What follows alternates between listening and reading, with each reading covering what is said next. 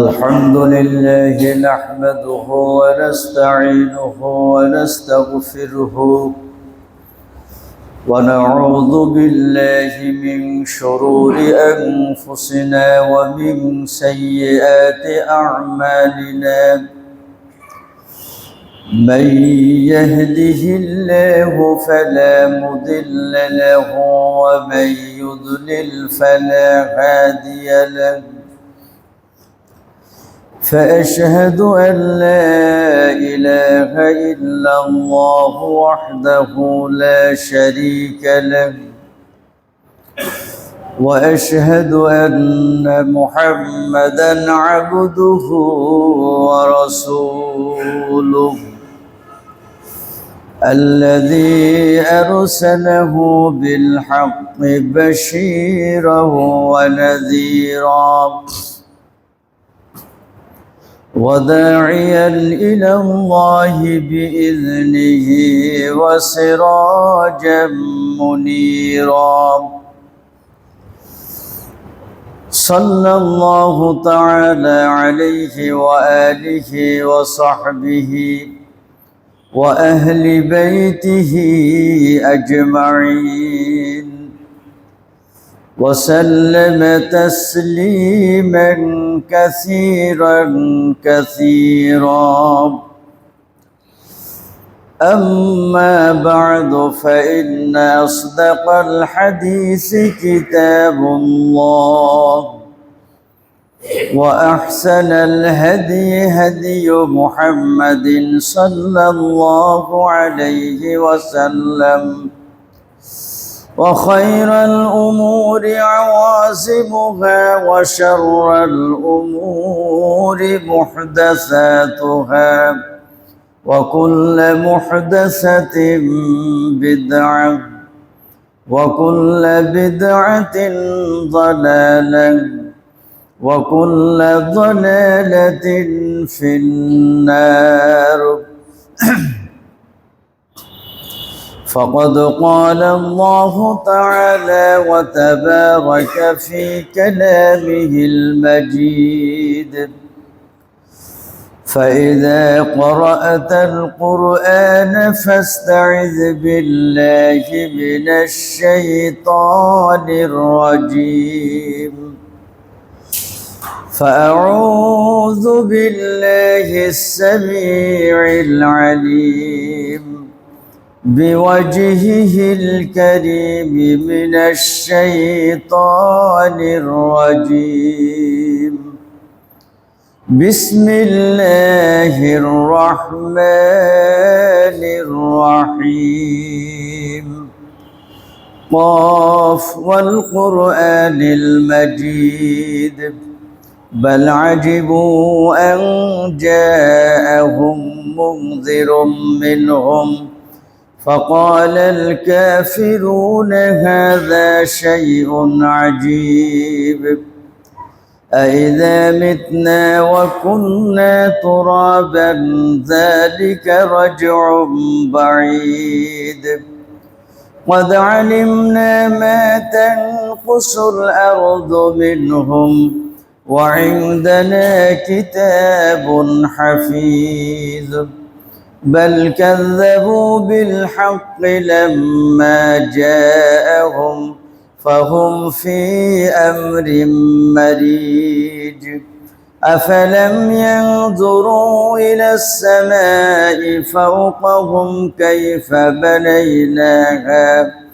وزيناها وما لها من فروج والأرض مددناها وألقينا فيها رواسي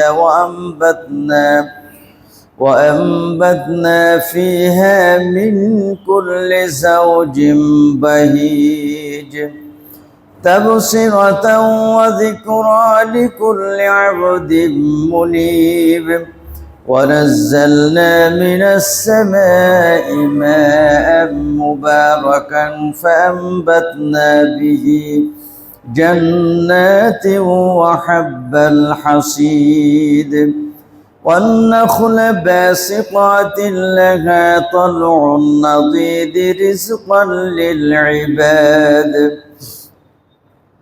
وأحيينا به بلدة ميتا كذلك الخروج كذبت قبلهم قوم نوح وأصحاب الرس وثمود وعاد وفرعون وإخوان لوط وأصحاب الأيكة وقوم تبع كل كذب الرسل فحق وعيد أفعينا بالخلق الأول بل هم في لبس من خلق جديد أما بعد فقد قال الله تعالى في كلامه المجيد ولله الأسماء الحسنى فادعوه بها وذروا الذين يلحدون في أسمائه سيجزون بما كانوا يكسبون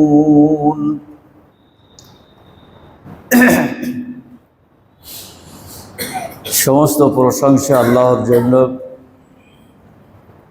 শতকোটি দরুদ ও সালাম বর্ষিত হোক প্রিয় নবী মুহাম্মদুর রাসূলুল্লাহ সাল্লাল্লাহু আলাইহি ওয়াসাল্লামের উপরে। আল্লাহ রাব্বুল আলামিন বলেন,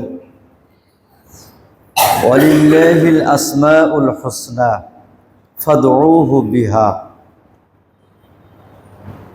আল্লাহর জন্য রয়েছে সুন্দর নাম সমূহ। ফাদউহু বিহা, তোমরা সেই সব নামের মাধ্যমে তাকে ডাকো। ওয়াজারুল্লাযীনা ইউলহিদুনা ফি আসমাইহি, আর তোমরা তাদেরকে পরিহার করো যারা আল্লাহর নামগুলিকে বিকৃত করেছে। সূরাতুল আরাফ 180 নম্বর আয়াত।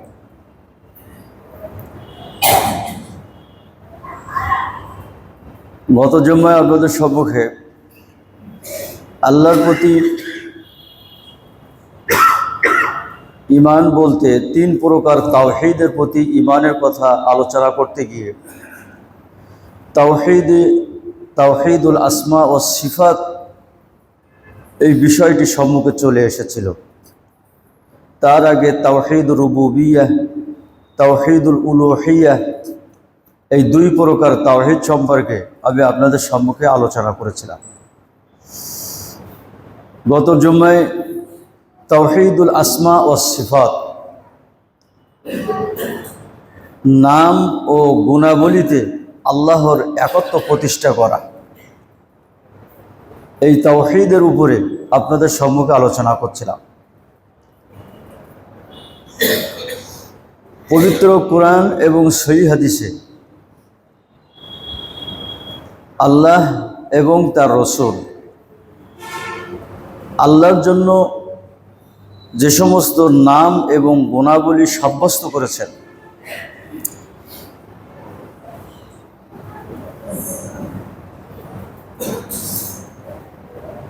ঠিক সেইভাবে কোনো রকম বিকৃতি না ঘটিয়ে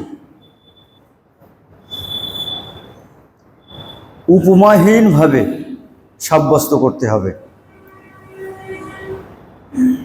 তাতে কোনো বিকৃতি ঘটানো যাবে না, কোনো দূরতম ব্যাখ্যা করা যাবে না, কোনো তাবিল করা যাবে না, এবং আল্লাহ তাআলার এই সমস্ত নাম এবং গুণাবলীর সাথে অন্য কাউকে শরীক সাব্যস্ত করা যাবে না। এটাই হচ্ছে তাওহীদ আসমা ওয়াস সিফাত। উদাহরণস্বরূপ আমি গত জুমায় সূরা ইখলাস আপনাদের সম্মুখে তেলাওয়াত করে তার অনুবাদ করে ব্যাখ্যা করেছিলাম। সূরা ইখলাসের মধ্যে আল্লাহ তাআলার কিছু সিফাত ওখানে আল্লাহ পাক উল্লেখ করেছেন। আল্লাহ পাক তার পরিচয় পেশ করেছেন সেখানে আল্লাহ তাআলার কিছু সিফাত আল্লাহ তাআলা সেখানে উল্লেখ করেছেন।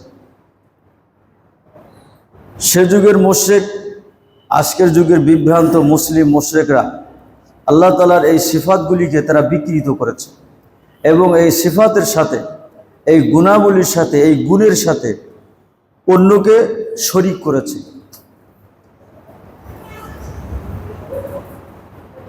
গত জুম্মায় বলছিলাম আল্লাহ তাআলা বলছেন যে আল্লাহর জন্য সুন্দর নাম সমূহ রয়েছে, যেগুলোকে আসমাউল হুসনা বলা হয়। আল্লাহ তাআলার নাম এবং গুণাবলীর একটা অংশ এটা। বিদ্বানগণ কোরআন এবং হাদিস থেকে আল্লাহ রাব্বুল আলামিনের 2 শতাধিক সিফাতি নাম তারা সাব্যস্ত করেছেন। এর মধ্যে 99টি নাম মুখস্থ করা এবং তার অর্থ জানা আমাদের জন্য আবশ্যক। যেহেতু হাদিসে এসেছে, আল্লাহ রসুল বলেছেন যে আল্লাহর জন্য 99টি গুণবাচক নাম আছে।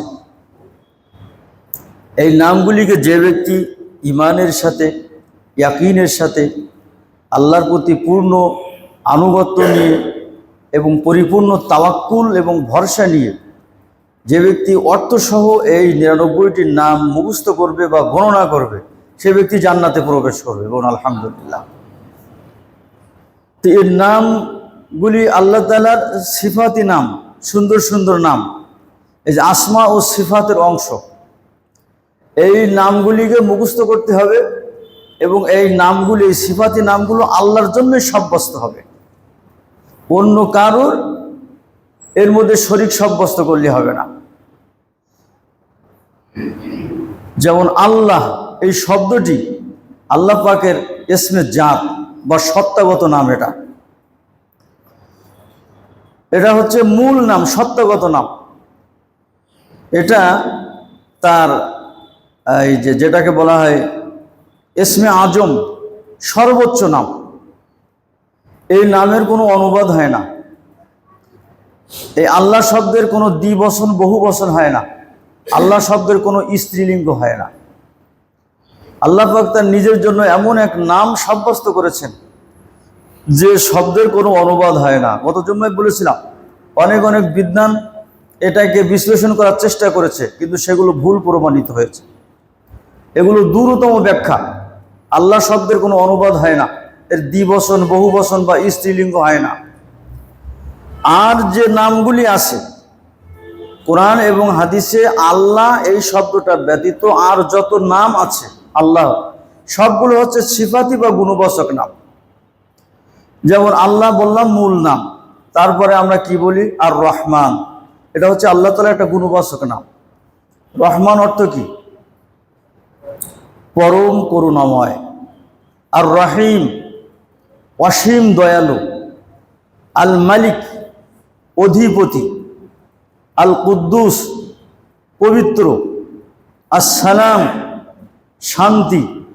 আল মুমিন, নিরাপত্তা দানকারী। আল মুহাইমিন, তত্ত্বাবধানকারী। তারপরে আল মুহাইমিন, আল জব্বার, বাধ্যকারী। আল মুতাকাব্বির, অহংকারের অধিকারী। আল খালিক, সৃষ্টিকর্তা। আল বারিউ, নতুন সৃষ্টিকারী। আল মুসাউবিরু, আকৃতি দানকারী। আল গফফারু, বারবার ক্ষমাকারী। আল কহারু, প্রতাপশালী। আর রাজ্জাকু, রুজিদাতা। আল ওয়াহাবু, অধিক দয়াবান। আল ফাত্তাহ, উন্মুক্তকারী। এইভাবে 99টি নাম আল্লাহ তাআলার আছে। আল আলিমু, আল কবিজু, সংকোচনকারী। আল বাসিতু, প্রসারকারী। আল খাফিজু নিসুকারী, আর রাফিউ উসুকারী, আল মুইজ্জু সম্মান দানকারী, আল মুজিল্লু হীনকারী, আর সামিউ সর্বশ্রোতা, আল বাসিরু সর্বদ্রষ্টা, আল হাকামু ফয়সালাকারী, আল আদলু ন্যায়নিষ্ঠ, আল লাতিফু সর্বসূক্ষ্ম দ্রষ্টা, আল খবিরু সম্যক অভিহিত, আল হালিমু সহনশীল, আল আজিমু মহান, আল গফুরু ক্ষমাশীল, আর শাকুরু গুণগ্রাহী, আল আলিয়ু সর্বোচ্চ বা অভিভাবক, আল আলিয়ু সর্বোচ্চ, আল হাকিমু প্রজ্ঞাময়, আল হাফিজু হেফাজতকারী, আল মুকিতু শক্তিধর। এইভাবে আপনার আল্লাহর নামগুলো আছে, আপনারা এগুলো মুখস্থ করবেন। সবগুলো অনুবাদ করে বলতে গেলে অনেক সময় লাগবে। আল হাসিবু, আল জালিলু, আল করিমু, আর রকিবু, আল মুজিবু, আল ওয়াসিউ, আল হাকিমু, আল ওয়াদুদু, আল মজিদু, আল বাঈসু, আল শাহিদু, আল হাক্কু, আল ওয়াকিলু, আল কবিয়ু, আল মাতিনু, আল ওয়ালিয়ু, আল হাফিজু। এইভাবে নামগুলো যদি মুখস্থ করা যায়, আপনারা এগুলো চেষ্টা করবেন। এগুলোকে আসমা সিফাত বা আসমা উল হোসনা, আল্লাহ তাআলার সুন্দর সুন্দর নাম, এই নামগুলি মুখস্থ করতে হবে অনুবাদ সহ। তাহলে আপনারা বুঝতে পারবেন যে এই নামে কি বোঝানো হচ্ছে। এই নামগুলির সাথে কারো শরীক করা যাবে না। যেমন এই যারা মঈনুদ্দিন চিশতির ভক্ত আছে, খাজা মঈনুদ্দিন চিশতির নাম শুনেননি? এরা জিকির করে কি জানেন? রহমান ইয়া মঈনুদ্দিন চিশতি, রহিম ইয়া মঈনুদ্দিন চিশতি, মালিক ইয়া মঈনুদ্দিন চিশতি, নাউজুবিল্লাহি মিন জালিক। যে নামগুলো আল্লাহ পাকের জন্য খাস, যেগুলো আল্লাহর গুণবাচক নাম, সেগুলো অন্য কোনো মানুষের ক্ষেত্রে ব্যবহার করা শিরক, ব্যবহার করা সম্পূর্ণ শিরক। এরপর যে কথা বলছিলাম, আল্লাহ পাকের এই যে গুণবাচক নাম, যে সিফাতি নাম, এই সিফাতকে দুইটা ভাগে ভাগ করা হয়েছে। একটা হচ্ছে ইতিবাচক, একটা হচ্ছে ইতিবাচক ফেলি সিফাত বা গুণাবলী, যে গুণের দ্বারা কিছু করা হয়। আর একটা হচ্ছে নেতিবাচক সিফাত। ইতিবাচক সিফাতগুলি, যে সিফাত বা গুণগুলোর দ্বারা কিছু করা হয়, আল্লাহ সে গুণগুলি কি, এটাও তো আমাদের জানতে হবে। যেমন আল্লাহ তাআলা কথা বলেন, কোরআন মাজিদে আছে আল্লাহ তাআলা কথা বলেন, এটা হলো তার একটা গুণ। এটা হচ্ছে কর্মবাচক সিফাত। আল্লাহ তাআলা বলেছেন ওয়াকাল্লামাল্লাহু মূসা তাকলিমা। আল্লাহ রাব্বুল আলামিন মূসা আলাইহিস সালামের সাথে কথা বলেছেন। এটা আপনার সূরা নেসার 161 নম্বর আয়াত। আল্লাহ তাআলা বলছেন ওয়াকাল্লামাল্লাহু মূসা তাকলিমা। আল্লাহ তাআলা মূসা আলাইহিস সালামের সাথে কথা বলেছেন। তাহলে আল্লাহ তাআলা কথা বলেন। যারা বলে আল্লাহ নিরাকার, এই আয়াতের মধ্যে তার জবাব আছে যে নিরাকার হলে তিনি কথা কিভাবে বলবেন। আল্লাহ তাআলা বলছেন যে ওয়াকাল্লামাল্লাহু মূসা তাকলিমা, তিনি মূসা আলাইহিস সালামের সাথে কথা বলেছেন। এটা আল্লাহ তাআলার একটা ইতিবাচক ফেলি সিফাত বা কর্মবাচক সিফাত। আরও একটা আছে, যেমন আল্লাহ রাব্বুল আলামিন যা ইচ্ছা তাই করেন। আল্লাহর ইচ্ছা শক্তি আছে, আল্লাহর ইচ্ছা আছে, তিনি যা ইচ্ছা তাই করেন। এটা হচ্ছে একটা কর্মবাচক বা ফেলি সিফাত বা গুণ। যেমন আল্লাহ তাআলা বলছেন ইন্নাল্লাহা ইয়াফআলু মা ইউরিদ, নিশ্চয় আল্লাহ রাব্বুল আলামিন যা চান তাই করেন। আল্লাহ যা চান, যা ইচ্ছা করেন তাই করেন। সূরা হজের 14 নম্বর আয়াতে আল্লাহ তাআলা এই কথা বলেছেন। সূরা ইয়াসিনের 82 নম্বর আয়াতে আল্লাহ তাআলা বলেছেন ইন্নামা আমরুহু ইযা আরাদা শাইআন আইয়াকুলা লাহু কুন ফায়াকুন। আল্লাহ তাআলার ব্যাপারটি এইরকমই যে যখন তিনি কোনো কিছু করার ইচ্ছা করেন, কোনো কিছু করার ইচ্ছা করেন, তখন শুধু তাকে বলেন যে হও, আর সে হয়ে যায়। তাহলে আল্লাহর ইচ্ছা আছে না?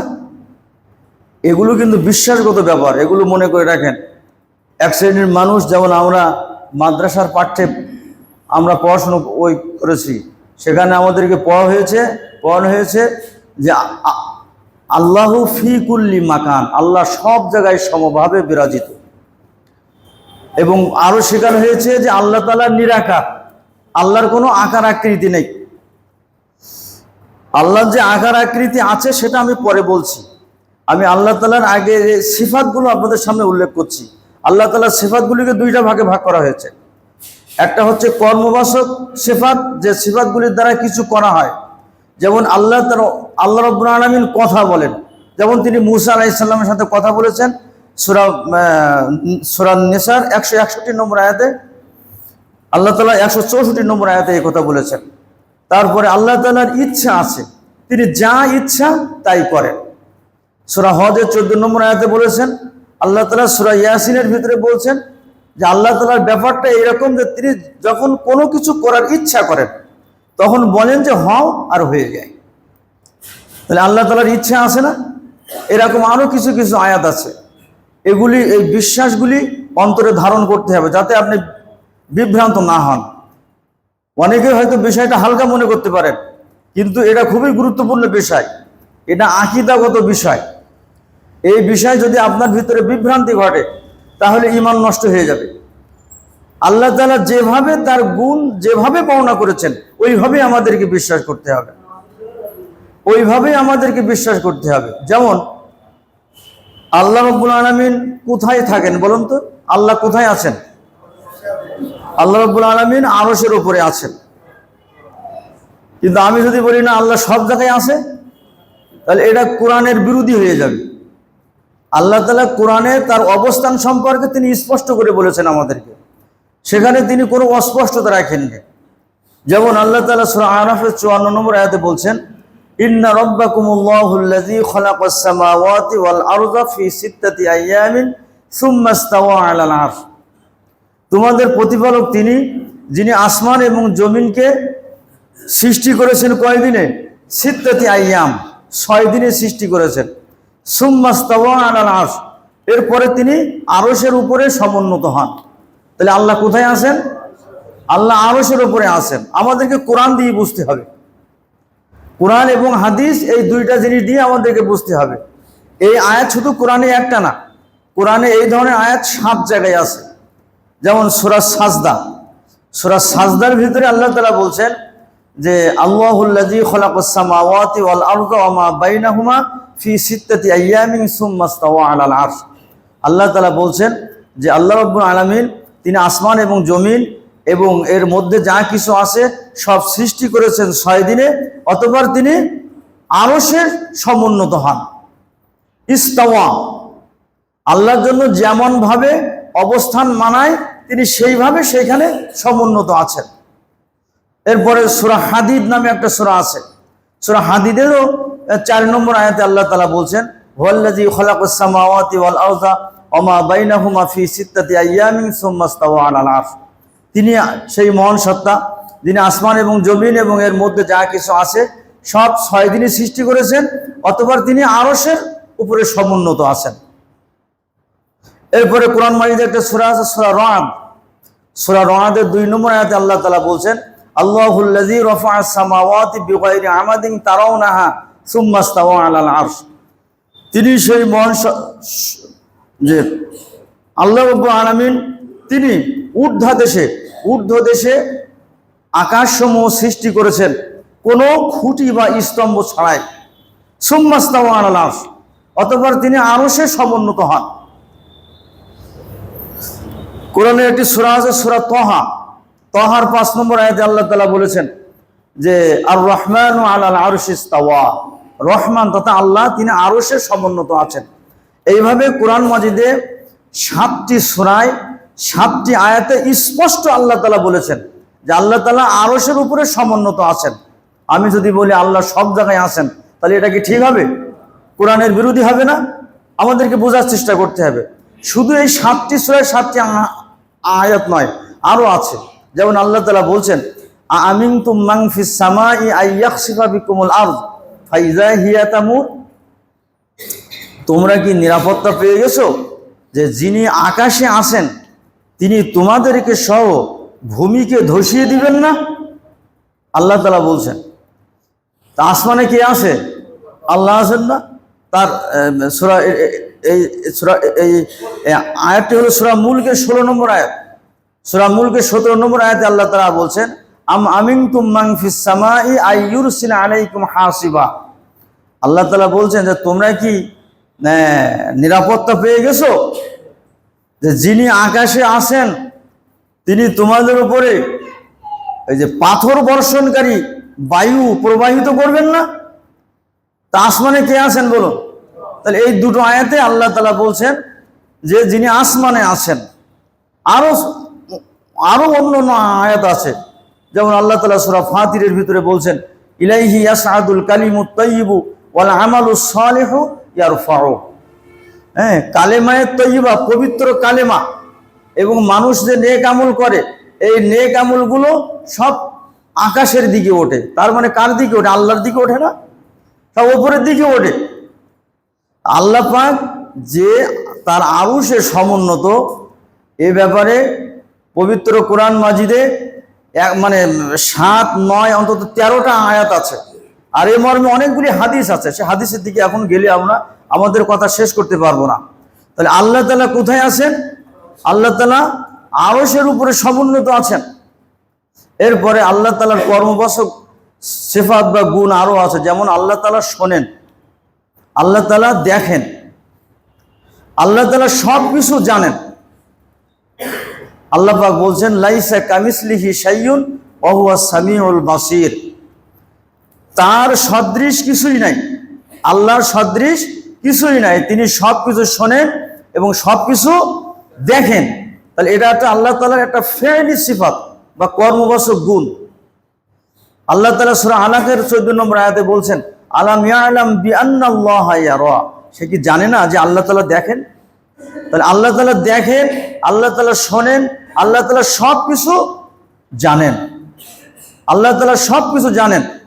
এই মর্মে বিশ্বাস আমাদের ভিতরে থাকতে হবে। এগুলি আল্লাহ তাআলার এই যে মানে ইতিবাচক ফেয়লি সিফাত বলা হয়, অর্থাৎ যে গুণের দ্বারা কিছু করা হয়, যে গুণের মাধ্যমে কিছু করা হয়। আর কিছু গুণ আছে নেতিবাচক।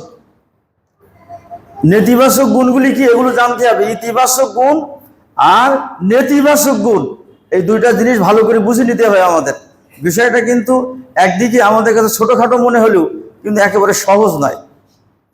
ইতিবাচক গুণের কথা বললাম। ইতিবাচক গুণগুলি কি বললাম? যেমন আল্লাহ তাআলা কথা বলেন, আল্লাহ পাক যা ইচ্ছা তাই করেন। আল্লাহ তাআলা তিনি আরশে সমুন্নত আছেন। আল্লাহ রাব্বুল আলামিন কথা তিনি শোনেন, তিনি দেখেন, তিনি সব কিছু জানেন। এগুলি আল্লাহ রাব্বুল আলামিনের ফেয়লি সিফাত বা কর্মবাচক গুণাবলী, যে গুণের দ্বারা কিছু করা হয়। আর কিছু সিফাত বা গুণ আছে, কিছু সিফাত বা গুণ আছে যে গুণগুলিকে নেতিবাচক গুণ বলা হয়। যেমন আমরা ঘুমাই, আমরা তন্দ্রাচ্ছন্ন হই, ঠিক না? আমরা কি না ঘুমিয়ে থাকতে পারি? সারা রাত যদি আপনার ঘুম না হয় সকালে কেমন লাগে? আর এক জায়গায় কিছুক্ষণ বসে থাকলে আমরা তন্দ্রাচ্ছন্ন হই না? আমি তো 5 মিনিট কোনো জায়গায় নিরিবিলি বসতে দিলে আমার ঘুম এসে যায়। তা আমরা ঘুমাই, আমরা তন্দ্রাচ্ছন্ন হই, কিন্তু আল্লাহ রাব্বুল আলামিনের কি এগুলি আছে বলেন আপনারা? আল্লাহ তাআলা এগুলি নেই। এটা হচ্ছে নেতিবাচক গুণাবলী। আল্লাহ রাব্বুল আলামিন, এই যে আমরা আয়াতুল কুরসি পড়ি না, সূরা বাকারার 255 নম্বর আয়াত, এটা আল্লাহ তাআলা সেখানে বলছেন, লা তাখুযুহু সিনাতু ওয়ালা নাওম। তন্দ্রা এবং নিদ্রা আল্লাহর স্পর্শ করে না, আল্লাহর স্পর্শ করে না। এরপরে আল্লাহর আরো নেতিবাচক গুণ হচ্ছে, যেমন আমাদের জন্য তো অধিকাংশ কাজই ভারী এবং কঠিন, ঠিক না? আপনার যদি বলা হয় এইখানে দাঁড়িয়ে থাকো, আপনি কতক্ষণ দাঁড়িয়ে থাকতে পারবেন?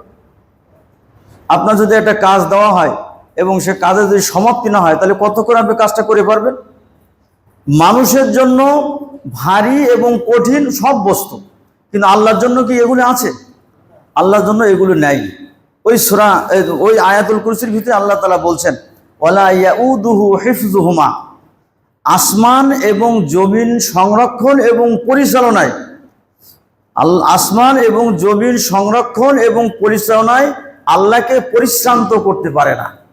আল্লাহ ক্লান্ত হন না, আল্লাহর জন্য এটা ভারী কিছুই নয়।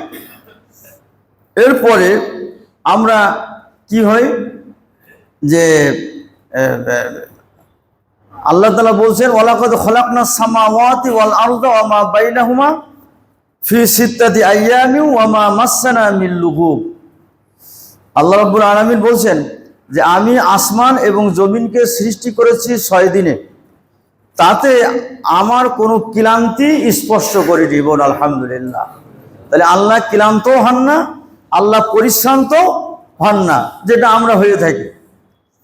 এরপরে মানুষের কাজ কি? মানুষের প্রতি জুলুম করা, এমনকি পশুরাও জুলুম করে।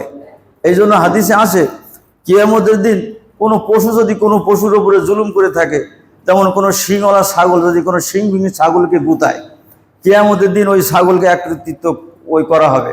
ওই শিংবিহীন ছাগলকে শিং দিয়ে বলা হবে তুমি একে গুতিয়ে শোধ করে নাও। এটা কিন্তু হাদিস, বলো বুখারীর হাদিস। তো জুলুম করে বিশেষ করে মানুষে। আর বর্তমান তো জুলুম বা জবরদখলকারীদের যুগ, ঠিক না? যে যত জুলুম করতে পারবে, যে যত জবরদখল করতে পারবে, সেই হচ্ছে বড় নেতা, সেই হচ্ছে সব কিছু। কিন্তু আল্লাহ রাব্বুল আলামিনের মধ্যে এই জুলুমের কোনো ব্যাপার স্যাপার নাই। আল্লাহ কি কারোর উপরে জুলুম করেন নাকি? আল্লাহ তাআলা সূরা কফের ভিতরে বলছেন যে ওমা আনা বিযাল্লামিল লিল আবিদ, সূরা কফের 29 নম্বর আয়াত। আল্লাহ পাক বলছেন আমি আল্লাহ আমার বান্দার প্রতি সামান্যতম অত্যাচার করি না। এরপরে আরো আছে, যেমন আমরা মানুষ, আমরা আমাদের পিতামাতা থেকে এসেছি, তাই না? আমাদের পিতামাতা আমাদের দাদা দাদি থেকে এসেছে, দাদা দাদি থেকে এসেছে, মানে আমাদের পিতামাতা তাদের পূর্বপুরুষ থেকে এসেছে, এবং আমাদের সন্তান সন্ততি আমাদের মাঝ থেকে এসেছে, তাই তো? তাহলে মানুষ জন্ম দেয় এবং জন্ম গ্রহণ করে, কিন্তু আল্লাহর জন্য কি এসব ব্যাপার স্যাপার আছে? আল্লাহ তাআলা বলছেন লাম ইয়ালিদ ওয়া লাম ইউলাদ। আল্লাহ তাআলা তিনি কাউকে জন্ম দেননি, তাকেও কেউ জন্ম দেয়নি। এগুলো তো আল্লাহ পাকের নেতিবাচক গুণাবলী। তাহলে যেটা মানুষের সাথে তুলনীয় নয়। মানুষ যেমন ঘুমায়, আল্লাহর ঘুম নেই। মানুষের জন্য যেমন ভারী এবং কঠিন কাজ আছে, আল্লাহর জন্য ভারী এবং কঠিন কিছু নাই। হ্যাঁ, মানুষ যেমন ক্লান্ত পরিশ্রান্ত হয়, আল্লাহ তাআলা এগুলো হন না। মানুষ যেমন মানুষের উপরে জুলুম করে, আল্লাহ তাআলা জুলুম করেন না। মানুষ যেমন জন্ম নেয় এবং জন্ম দেয়, আল্লাহর জন্য এসব কোনো ব্যাপার স্যাপার নাই। এগুলি আল্লাহ তাআলার নেতিবাচক গুণ। তাহলে ইতিবাচক আর নেতিবাচক বুঝলেন তো? এগুলো একটু মাথায় রাখার চেষ্টা করেন। এবার আসুন, এবার আমরা আলোচনা করি আল্লাহ রাব্বুল আলামিনের সিফাতে জাতি। আল্লাহ রাব্বুল আলামিনের সিফাতে জাতি বা সত্তাগত গুণাবলী সম্পর্কে আমরা একটু আলোচনা করি। আল্লাহ রাব্বুল আলামিনের সিফাতে জাতি বা সত্তার যেসব অঙ্গ প্রত্যঙ্গের কথা পবিত্র কোরআন এবং সহিহ হাদিসে সাব্যস্ত করা হয়েছে, সেগুলো ওইভাবেই বিশ্বাস করতে হবে। আর এইটাই হচ্ছে আল্লাহ তাআলার জাতের প্রতি ঈমান। আল্লাহ তাআলার জাতের প্রতি ঈমান। যেমন আল্লাহ রাব্বুল আলামিন কোরআন কারিমে বলছেন যে আল্লাহ তাআলার নফস বা অন্তর আছে। আল্লাহ যদি এই কথা বলে তাহলে আপনারা বিশ্বাস করবেন না? আল্লাহ নিরাকার হলে তো তার নফস থাকার কথা না। আল্লাহ রাব্বুল আলামিন কোরআন মাজিদে সূরা মায়েদার 161 নম্বর আয়াত, আল্লাহ পাক তিনি নিজেই বলছেন যে আল্লাহ পাকের নফস বা অন্তঃকরণ আছে। আমাদেরকে ওইভাবেই বিশ্বাস করতে হবে, ওইভাবেই বিশ্বাস করতে হবে। কোনো রকমের তাবিল করা যাবে না, কোনো উপমা পেশ করা যাবে না, কোনো ধরন বা কোনো বিকৃত অর্থ, কোনো দ্রুততম অর্থ এটা করা যাবে না। সূরা মায়েদার 61 নম্বর আয়াত, ওই 161 নম্বর আয়াত পড়ুন।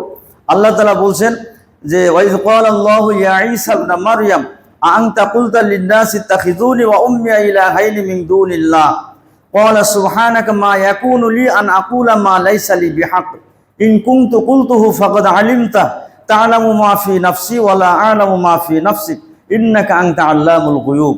আল্লাহ তাআলা কিয়ামতের দিন ঈসা আলাইহিস সালামকে ডেকে বলবেন যে হে ঈসা ইবনে মারিয়াম, তুমি এবং তোমার মা কি তোমার জাতিকে বলেছিলে যে তোমরা আল্লাহকে বাদ দিয়ে আমাদেরকে উপাস্য হিসাবে গ্রহণ করো?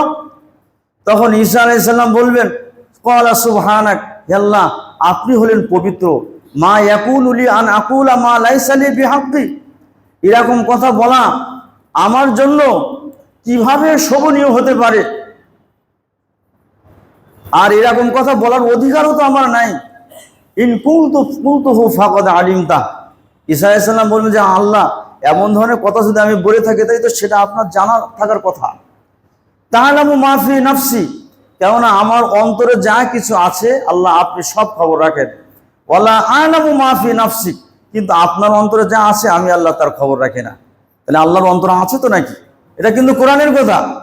ঈসা আলাইহিস সালাম বলছে যে আল্লাহ আমার অন্তরে যা আছে সব খবর আপনি রাখেন, কিন্তু আপনার অন্তরে যা আছে আমি তার কিছুই খবর রাখি না। তাহলে আল্লাহ তাআলার অন্তঃকরণ আছে তো নাকি? এটা সূরা মায়েদা 161 নম্বর আয়াত, বাড়িতে গিয়ে পড়বেন। এছাড়াও সহিহ বুখারীতে একটি হাদিস আছে, এই হাদিসটাকে হাদিসে কুদসি বলা হয়। হাদিসে কুদসি কাকে বলা হয় জানেন তো? যে হাদিসে আল্লাহ রসুল এই কথা বলেছেন যে আল্লাহ তাআলা বলেন, আল্লাহ তাআলা বলেন, এইটাকে হাদিসে কুদসি বলা হয়। আর একটা হাদিস আছে হাদিসে জিবরিল, যে হাদিসে আল্লাহ রসুল বলেন যে জিবরিল আমাকে এখনই এই কথা বলে গেলেন, ওটা হচ্ছে হাদিসে জিবরিল। আর যে হাদিসে আল্লাহ রসুল বলেন যে আল্লাহ তাআলা এই কথা বলেছেন, এটাকে হাদিসে কুদসি বলা হয়। এরকম হাদিসে একটি কুদসির ভিতরে আল্লাহ রসুল বলছেন যে আনা ইনদা যান্না আবদি, আমি আমার বান্দার ধারণার পাশে অবস্থান করে থাকি। ওয়া আনা মাহু ইযা যাকারানি, আমি আমার বান্দার সাথেই থাকি যখন সে আমাকে স্মরণ করে। ফাইন যাকারানি ফি নাফসিহি, যদি সে আমাকে তার অন্তরে স্মরণ করে, যাকারতাহু ফি নাফসি, আল্লাহ পাক বলছেন আমিও তাকে আমার অন্তরে স্মরণ করি। বলুন আলহামদুলিল্লাহ। তাহলে আল্লাহর অন্তর আছে তো নাকি?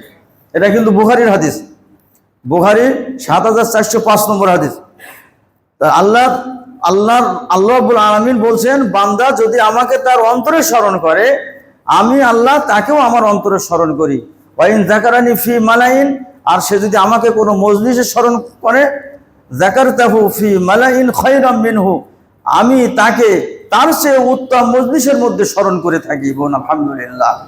তাহলে আল্লাহর যে অন্তর আছে, আল্লাহ পাক যে অন্তর আছে, নফস আছে, এটা কোরআন এবং হাদিস দ্বারা প্রমাণিত। এটার কোনো বিকৃত ঘটানো যাবে না, এটাকে কোনো দ্রুততম অর্থ করা যাবে না। কুদরতি অন্তর, এ অন্তর, সে অন্তর, এই সমস্ত কথা বলা যাবে না, যেহেতু কোরআন হাদিসে এই কুদরতি নফস এরকম ধরনের কোনো কথা বলা নেই। কোনো তাবিল করা চলবে না। আল্লাহ রাব্বুল আলামিনের নির্দিষ্ট আকার আছে। যারা বলে যে আল্লাহ নিরাকার, আপনি সহিহ মুসলিমের 348 নম্বর হাদিস এবং ওই বুখারী, তিরমিজি, ইবনে মাজার ভিতরে এই হাদিসটি এসেছে। আল্লাহ তাআলার নির্দিষ্ট আকারের কথা সেখানে বলা আছে। যেমন হাদিসটি বলা হচ্ছে যে ইয়াজমাউল্লাহুন নাস ইয়াউমাল কিয়ামা, কিয়ামতের দিন আল্লাহ রাব্বুল আলামিন সমস্ত মানুষকে একত্রিত করে বলবেন যে মান কানা ইয়াবুদু শাইয়ান ফালইয়াত্তাবিহু, একত্রিত করে বলবেন যে পৃথিবীতে যে যার উপাসনা করত আজ যেন সে তার অনুসরণ করে। ফায়াত্তাবিহু মান কানা ইয়াবুদু শামসাল শামসা, আল্লাহ তাআলার এই কথা শোনার পরে যারা সূর্যের পূজা করত তারা সূর্যের অনুসরণ করবে। ওয়ায়াত্তাবিহু মান কানা ইয়াবুদুল কমারাল কমারা, যে চন্দ্রের পূজা করত সে চন্দ্রের অনুসরণ করবে। ওয়ায়াত্তাবিহু মান কানা ইয়াবুদু তাওয়াগীত তাওয়াগীত, যে তাগুতের ইবাদত করত সে তাগুতের অনুসরণ করবে। ওয়াতাবকি হাযিহিল উম্মাহ ফিহা মুনাফিকুহা, কেবল বাকি থাকবে, অবশিষ্ট থাকবে এই উম্মত, অর্থাৎ উম্মতে মুহাম্মাদি। হ্যাঁ, ফিহা মুনাফিকুহা, তার মধ্যে মুনাফিকরাও থাকবে। ইয়াতিহিমুল্লাহু তাবারাকা ওয়া তাআলা ফি সূরাতিন গায়রি সূরাতিহি আল্লাতী ইয়ারিফুনাহা, এমত অবস্থায় আল্লাহ তাআলা কি করবেন, তিনি অপরিচিত আকৃতিতে এই মানুষের সামনে প্রকাশিত হবেন। প্রকাশিত হয়ে আল্লাহ রাব্বুল আলামিন বলবেন যে আনা রব্বুকুম, আমি তোমাদের রব। তখন ফায়াকুলুন, মানুষেরা বলবে নাউযু বিল্লাহি মিনকা, আমরা তোমার থেকে আল্লাহর কাছে আশ্রয় চাই। হাযা মাকানুনা হাত্তা ইয়াতিয়ানা যা রব্বুনা, তারা বলবে যে আমরা এখানে দাঁড়িয়ে থাকব যতক্ষণ না আমাদের রব আমাদের সামনে আসে। তিনি যখন আমাদের সামনে আসবেন, আরফনাহু, আমরা অবশ্যই তাকে চিনতে পারবো। অতঃপর ফায়াতিহিমুল্লাহু আযজা ওয়া জাল্লা ফি সূরাতিল্লাতী ইয়ারিফুনা, এরপরে আল্লাহ রাব্বুল আলামিন পরিচিত আকৃতিতে মানুষের সামনে আসবেন। পরিচিত আকৃতিতে আসার পরে আল্লাহ তাআলা বলবেন যে আনা রব্বুকুম, আমি তোমাদের প্রতিপালক। তখন মানুষ চিনতে পেরে ওই বলবে যে আনতা রব্বুনা, হ্যাঁ আপনি আমাদের রব। ফায়াত্তাবিউন, তখন তারা আল্লাহকে অনুসরণ করবে। বলুন আলহামদুলিল্লাহ। তাহলে আল্লাহ তাআলার নির্দিষ্ট আকৃতি আছে কিনা? এই হাদিসের শেষের দিকে আল্লাহ রসুল বলছেন যে আল্লাহ পাক পরিচিত আকৃতিতে, অপরিচিত এবং পরিচিত। আমরা তো মানুষ, আমাদের একটা চেহারা, আমাদের চেহারা কি সবসময় একরকম থাকে? যখন রেগে যায় তখন চেহারাটা একরকম হয় না? যখন খুশি থাকি তখন চেহারাটা একরকম থাকে? যখন ক্রোধ প্রকাশ করি তখন চেহারাটা একরকম থাকে? অনুরূপভাবে আল্লাহ রাব্বুল আলামিন মানুষের সামনে প্রথম একটা অপরিচিত আকৃতিতে আসবেন। মানুষ দেখে বসবে যে এটা আমাদের রব না, তখন তারা তাকে অস্বীকার করবে। এরপরে আল্লাহ পাক যখন পরিচিত আকৃতিতে আসবেন, তখন মানুষ সবাই আল্লাহকে চিনতে পারবে। তাহলে আল্লাহ রাব্বুল আলামিনের সুনির্দিষ্ট আকৃতি আছে, যে আকৃতিতে আল্লাহ তাআলা বান্দার সামনে প্রকাশিত হবেন। সহিহ হাদিসে আসছে, বুখারীতে আল্লাহ রাসূল বলেছেন যে পূর্ণচন্দ্রের রাত্রিতে, পূর্ণিমা রাত্রিতে এই চন্দ্রকে দেখতে যেমন তোমাদের কষ্ট হয় না, কিয়ামতের দিন জান্নাতে তোমরা আল্লাহকে এরকম দেখবে। আল্লাহকে দেখতে তোমাদের কোনো কষ্ট হবে না। আল্লাহর আকৃতি কেমন? যেমন আল্লাহ রাব্বুল আলামিন কুরআন মাজিদে একাধিক আয়াত এসেছে যে আল্লাহ রাব্বুল আলামিনের মুখমণ্ডল আছে। আমার কথা বিশ্বাস হচ্ছে তো? আল্লাহ রাব্বুল আলামিনের মুখমণ্ডল আছে, আমার কথা বিশ্বাস করবেন কেন? কোরআন কি বলছে শুনুন। কোরআন মাজিদে সূরা রহমান আছে না? সূরা রহমান 26 এবং 27 নম্বর আয়াত বাড়ি গিয়ে পড়বেন। আল্লাহ রাব্বুল আলামিন বলছেন কুল্লু মান আলাইহা ফান ওয়া ইয়াবকা ওয়াজহু রাব্বিকা যুল জালালি ওয়াল ইকরাম। আল্লাহ তাআলা বলছে সব কিছুই ধ্বংস হয়ে যাবে, কেবলমাত্র তোমার প্রতিপালকের সম্মানিত চেহারাটাই অবশিষ্ট থাকবে। তাহলে আল্লাহ চেহারা আছে তো নাকি?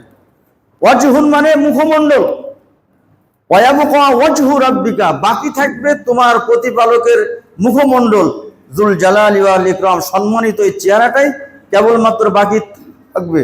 আরো আছে সূরা কসাসের 88 নম্বর আয়াত পড়ুন। আল্লাহ রাব্বুল আলামিন সেখানে কি বলছেন যে ওয়ালা তাদউ মা আল্লাহি ইলাহান আখারা লা ইলাহা ইল্লাহু কুল্লু শাইইন হালিকুন ইল্লা ওয়াজহা। আল্লাহ পাক তার রাসূলকে বলছেন যে তুমি আল্লাহর সাথে অন্য কাউকে আহ্বান করবে না, তিনি ব্যতীত কোনো উপাস্য নাই। কুল্লু শাইইন হালিকুন ইল্লা ওয়াজহা, সব কিছুই ধ্বংস হয়ে যাবে, ইল্লা ওয়াজহা, কেবলমাত্র আল্লাহর মুখমণ্ডলটাই অবশিষ্ট থাকবে। তাহলে আল্লাহর মুখমণ্ডল আছে কিনা বলুন? এটা তো গেল কোরআনের দুইটা আয়াত। এবার বুখারী মুসলিমের হাদিসে কি বলছেন আল্লাহ রাসূল? এই হাদিসটা পড়ে আমি আপাতত আজকে কথা শেষ করব। আল্লাহ রাসূল বলছেন যে জান্নাতানি মিন ফিদ্দাতিন আনিয়াতুহা ওয়া মা ফিহা ওয়া জান্নাতানি মিন যাহাবিন আনিয়াতুহা ওয়া মা ফিহা ওয়া মা বাইনাল কওমি ওয়া বাইনা ইল্লা আইয়ানজুর ইলা রাব্বিহিম ইল্লা রিদুল কিবারি আলা ওয়াজহি ফি জান্নাতি আদন। বুখারী এবং মুসলিমের হাদিস। আল্লাহ রাসূল বলছেন যে দুইটি জান্নাত আছে রৌপ্য নির্মিত, এবং তার মধ্যের পাত্র এবং সমস্ত বস্তু রৌপ্য নির্মিত। আর দুইটি স্বর্ণ নির্মিত জান্নাত আছে, যার পাত্র এবং তার মধ্যকার সমস্ত বস্তু স্বর্ণ নির্মিত। এবং আল্লাহ রাসূল বলছেন যে আদন জান্নাতে মুমিন সম্প্রদায় এবং তাদের প্রতিপালকের দর্শনের মধ্যে শুধুমাত্র বিদ্যমান থাকবে আল্লাহর চেহারার উপরে অহংকারের চাদর। কথাটা বুঝতে পারছেন তো? আল্লাহর চেহারার উপরে অহংকারের চাদর। এখানে আল্লাহর চেহারার কথা স্পষ্ট এসছে। এখানে অহংকারের চাদর বলা হয়েছে কেন? এই অহংকারটা হচ্ছে আল্লাহর পোশাক। আল্লাহ পাক বলছেন, আল্লাহ রসুল বলেছেন, আল কিবরিয়া ও রিদাই, অহংকার হচ্ছে আল্লাহর পোশাক। যে ব্যক্তি অহংকার করে সে ব্যক্তি আল্লাহর পোশাক নিয়ে তার টানাটানি করে। মুমিন বান্দারা জান্নাতে আদনের ভিতরে আল্লাহকে দেখবে শুধু আল্লাহর চেহারার উপরে, তার সেই অহংকারের পোশাক, অহংকারের চাদরটা বাঁধে, আর সবকিছু বান্দা আল্লাহকে সেদিন দেখবে, তাদের আল্লাহকে দেখতে কষ্ট হবে না। তাহলে আল্লাহ পাকের চেহারা আছে, আরো অন্যান্য অঙ্গ প্রত্যঙ্গ, যেমন আল্লাহ তাআলার চোখ আছে, আল্লাহ তাআলার হাত আছে, আল্লাহ তাআলার হাতের মুষ্টি আছে, আল্লাহ তাআলার পা আছে, আল্লাহ তাআলার পায়ের গোয়ালি আছে, হ্যাঁ, আল্লাহ তাআলা স্থানান্তরিত হন, আল্লাহ তাআলা হাসেন, আল্লাহ তাআলা ক্রোধ প্রকাশ করেন। এ সবই কোরআন এবং হাদিসের দলিল দ্বারা প্রমাণিত। এগুলো আমাদেরকে বিশ্বাস করতে হবে। আগামী জুমা এর পর থেকে আলোচনা করবো ইনশাল্লাহ। আজকে এই পর্যন্ত। আল্লাহ পাক আমাদেরকে তৌফিক দান করুন আসমা ও সিফাতের উপরে পূর্ণ ঈমান পোষণ করার। আল্লাহুম্মা আমিন। আকুলু কওলি হাযা আস্তাগফিরুল্লাহ লি ওয়া লাকুম ওয়া লিস-সাইরিল মুসলিমিন। বারাকাল্লাহু লানা ওয়া লাকুম ফিল কুরআনিল আযীম ওয়া নাফা'না ওয়া ইয়্যাকুম বিল আয়াতি ওয়াদ যিকরিল হাকীম। ইন্নাহু তাআলা জাওয়াদুন কারীমুন মালিকুন বারুর রাউফুর রহিম।